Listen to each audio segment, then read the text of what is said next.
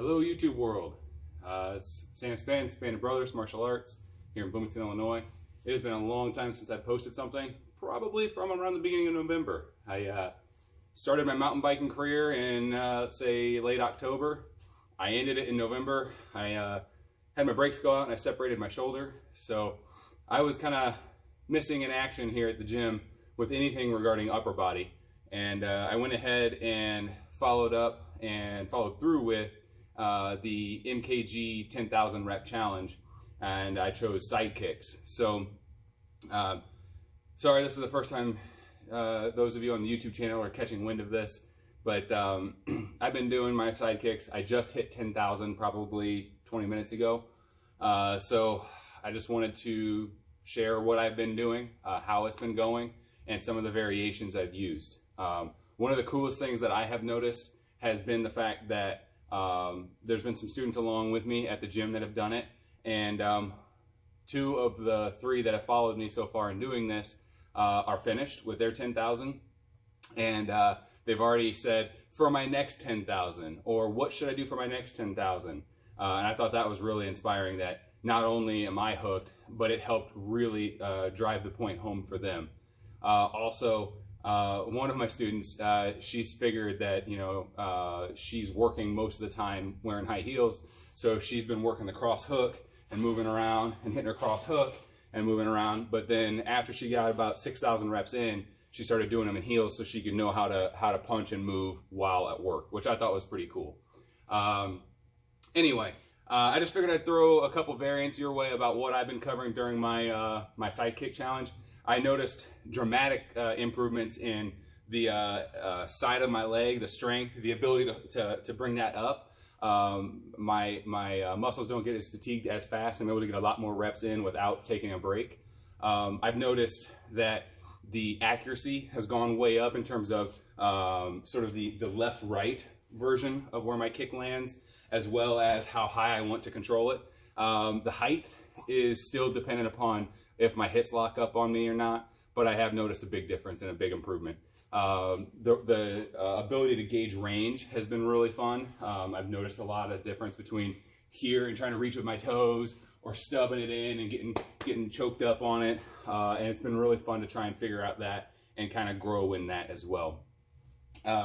So anyway, I put this little strap here for my rehab strap about my knee height, and I've got this one here at about my hip height. So that way I know a little bit more about what it is that I'm trying to get. And the first thing that I like to work was just the old, throw the bugey or throw the finger jab, and then hit that side kick and then pendulum out. Finger jab, side kick, pendulum out. Finger jab, side kick, and pendulum out. And I would do that with just maintaining a lead, or I would do that with that pendulum step, or I would do that once I'd hit this side kick, I drop step it back, and now I switch leads. Here, drop step it back and switch leads. Here, drop pendulum. Here, drop step it back and switch leads. So I had fun doing that one. Another one that I really liked was using it as just a G-tech or an intercepting shot. So on my other bag that I have at the gym, it swings a lot easier. So I would push it and get it to swing towards me, right? And as it's swinging towards me, I just bring this up. So get my stance, it's swinging towards me, drop that shot in there, and I try and stop the momentum. If I can't stop an 80-pound bag moving towards me, my G-tech will not stop a person coming towards me, was the idea. So just side kick, side kick, side kick, side kick, and then obviously I do that with both leads. Another one that I really enjoyed doing, and I'm going to switch over to here now that I've shown the straps, was either the cover or the cross cover, defending the round kick into a side kick. So cover, side kick, or cross cover, side kick. Cover, side kick, or cross cover, side kick. Another one that I like to do, especially since for the majority of my reps, this arm was still in a sling. I couldn't throw the bugey with this arm. So I would either work a false lead and throw this one here, and if that one would come out, I'd hit this one, or I would throw this false lead, I'd hit this guy and then bring that one up. So I worked a lot of side kicks from that position there. Then I would also work sort of a combination of the posterior side and the anterior side with missing a round kick from this position here, hitting a side kick, stepping down, and spinning and hitting a side kick as well. As I did this, I'd miss my round kick, hit this one, step down, hit this one, and either pendulum out, or miss this round kick, hit this one, spin this one, pendulum out again. I like that one the best. Here's this, bang, and then drop step it. And now I'm in the right lead and I bring the other kick in. The reason why I wanted to do that is there's been quite a few times where out at the Inasano Academy, he says, oh, this is just our children's long count. And I remember the first time my stomach dropped because it has a round kick to a side kick to a spinning side kick. So you hit your round kick, you hit your side kick, and you hit your spinning side kick. And I wanted to make sure I polish that up a little bit so that hopefully when we can travel again, I can go see him and my side kicks aren't as terrible. My spinning side kicks aren't as awful. So that was another one I wanted to really hit. And then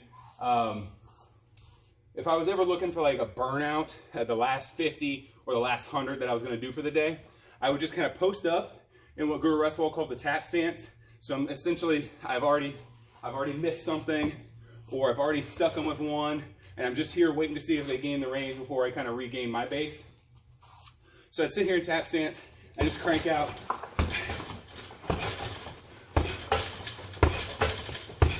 I just crank out a bunch with one leg, right? Obviously, both legs.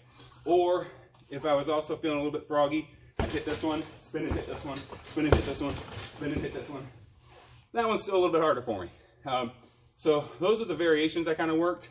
I had a lot of fun with this challenge. I'm looking forward to the next one. And given that my arm is still not 100%, I'll probably do another lower body challenge. We'll see. I'm gonna probably take the next couple days off, rest up my legs, and we'll see what happens. So thank you very much. Appreciate it.